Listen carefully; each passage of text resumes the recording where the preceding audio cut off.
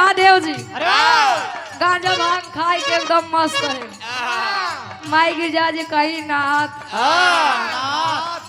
ए स्वामी स्वामीनाथ तनी हमरे ऊपर कृपा बनाई देता है।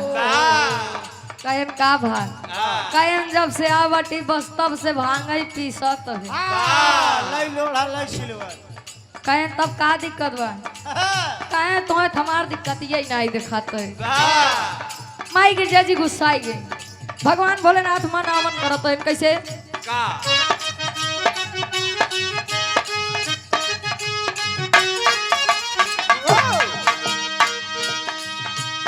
आज पुराई दामन के हमरे आशाए रानिया अरे वाह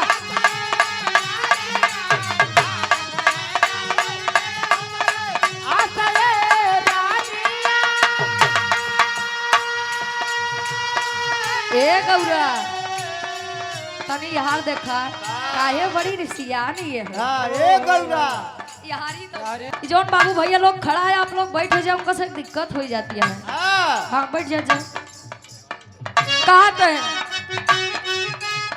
आज पुराई दामन के हमरे आशाए रानिया आज पुराई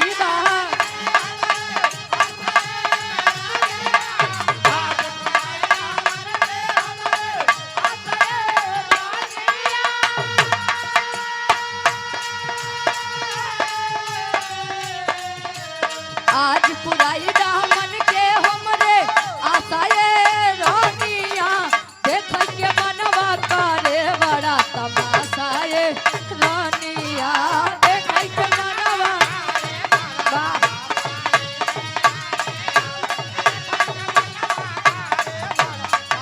वाह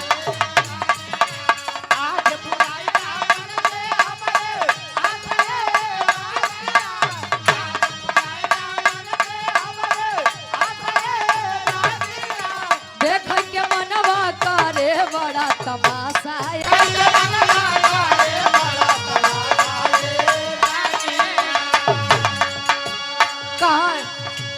काली काली अखिया में काजरा लगाइला काली काली अखिया अरे वाह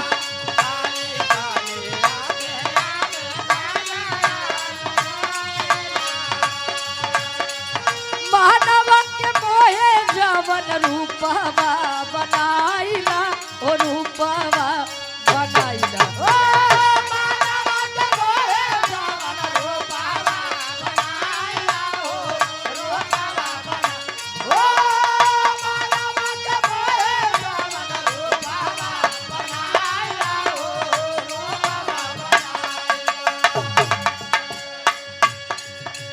कमर पे हथवा धई के खूब नाचाए रानिया कमर पे हथवा ए गौरा